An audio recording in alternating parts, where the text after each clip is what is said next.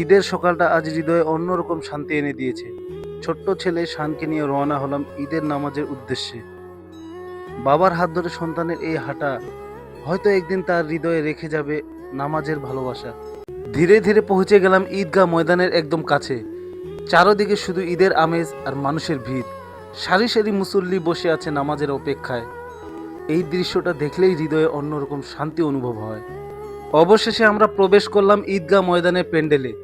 চারদিকে শুধু মানুষের ঢোল আর ঈদের পবিত্র আমেজ। হাতে থাকা জায়নামাজটা বিছিয়ে আমি আর ছোট্ট শান বসে পড়লাম একসাথে। চারপাশে তাকাতেই দেখা গেল সারি সারি মুসল্লি শান্তভাবে বসে আছেন। কোথাও ছোট্ট বাচ্চার হাসি, কোথাও পরিবারের সাথে ঈদের আনন্দ। মনে হচ্ছিল এই জন্য শুধু একটা নামাজের ময়দান না, এটা মুসলিম উম্মার এক সুন্দর মিলন মেলা। ইমাম সাহেবের বয়ান শুরু হতে পুরো ঈদগাহ ময়দান যেন নীরব হয়ে গেল। আমি আর ছোট্ট শান মনোযোগ দিয়ে শুনছিলাম প্রতিটি কথা। ক্যামেরায় ভেসে উঠছিল আমাদের শান্ত মুখ, আর চারদিকে হাজারো মুসল্লির গভীর মনোযোগ। কেউ চুপচাপ শুনছে, কেউ মাথা নিচু করে ভাবছে নিজের জীবনের কথা। ঈদের এই মুহূর্তগুলো সত্যিই হৃদয়কে নরম করে দেয়। চোখ যত দূর যাচ্ছে শুধু মুসল্লি আর মুসল্লি। আজকের ঈদুল আজহার নামাজে পুরো ময়দান ভরে গেছে অসংখ্য মানুষের উপস্থিতিতে।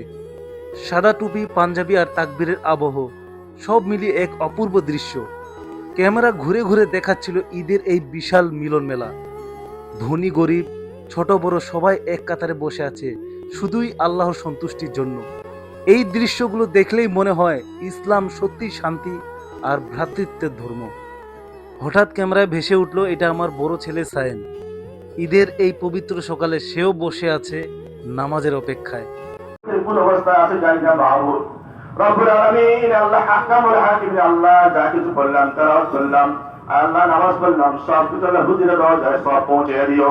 ওসিলা করে तमाम পৃথিবীর জমিনের নিচে আল্লাহ যত মুমিন মুমিনাত শুয়ে আছে আল্লাহ তেনাদের আরওয়াহি পাকে সব পৌঁছে দিও রব্বুল আলামিন। খাস করে আমরা যারা আসছে মাওলা, অনেকের বাবা অন্ধকার কবরে চলে গেছে মাওলা রব্বুল আলামিন। দোয়া শেষ হতেই আমি ধীরে ধীরে নিজের জায়নামাজ গুছিয়ে নিচ্ছি। ঈদের এই শান্ত মুহূর্তটা যেন হৃদয়ে গেঁথে যাচ্ছে। হঠাৎ চারপাশে প্রিয়জনদের সাথে দেখা হয়ে গেল।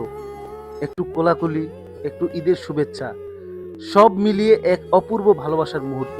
তারপর সবাই মিলে ধীরে ধীরে ঈদগাহ ময়দানের প্যান্ডেল থেকে বেরিয়ে আসছি। মনে হচ্ছে এই ঈদের সকালটা শুধু নামাজ নয়, ছিল এক হৃদয় ছুঁয়ে যাওয়া মিলনের গল্প। নামাজ শেষে এবার শুরু হলো বের হওয়ার ধীর পথ চলা। চারদিকে শুধু মানুষের ভিড়, অসংখ্য মুসল্লির মাঝে ধীরে ধীরে আস্তে আস্তে আমরা এগিয়ে যাচ্ছি। ঈদের এই ভিড়ের মাঝেও এক অদ্ভুত শান্তি কাজ করছে।